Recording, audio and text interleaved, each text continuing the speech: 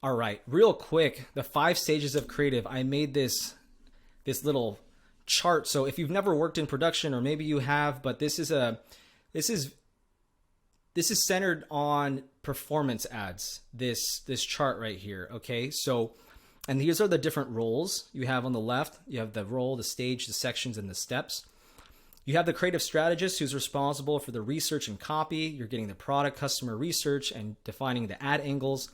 And then once that's done, you move over to the content creation side where scripting is involved, casting and scheduling, as well as production, right? And this is where whether you're outsourcing your work or you're shooting it in-house or you're doing it yourself, this is where that's done. So you always start with the research and then the scripting and then the shooting.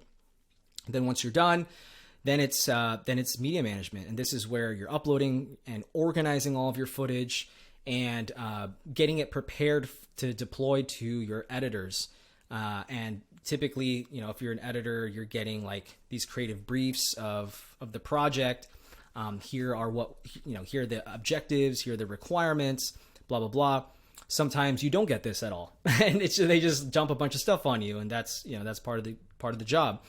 But what's really important to focus on is the editing stage, where you have the editing, the video review, the final cut, the variations. As you know, as an editor, you go through a lot of iterations and approvals, especially if you're working with a bigger team or other people involved. They're going to review your stuff and they're going to make comments and they're going to ask you to change things, even if you don't agree with it, but that's life. Because afterwards, when they do deploy it, there is a process that I'll share when it comes to media buying, how to test your ads the right way. So when I know I shared that little circular chart with you, but once you do find winning variations from your edits, the creative strategist or the media buyer should report what those are to the editor, at least have a meeting with them to go over what worked, what didn't. And if it didn't, excuse me, sorry. It's this feedback loop that you need to be working with your creative strategist or your media buyers as an editor, because you're not the one in there running the ads most of the time, and you need to be learning from the data. And so if they're not providing you that information, then you need to go out and seek it, because it's very easy to just be like, okay, well, what's the next thing?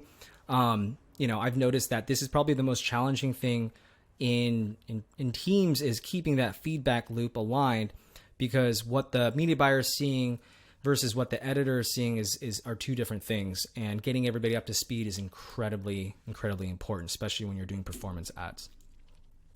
All right, so that wraps up this section, part 3. Thank you so much for watching, and I hope you guys got some value. I will see you guys in the next one. Cheers.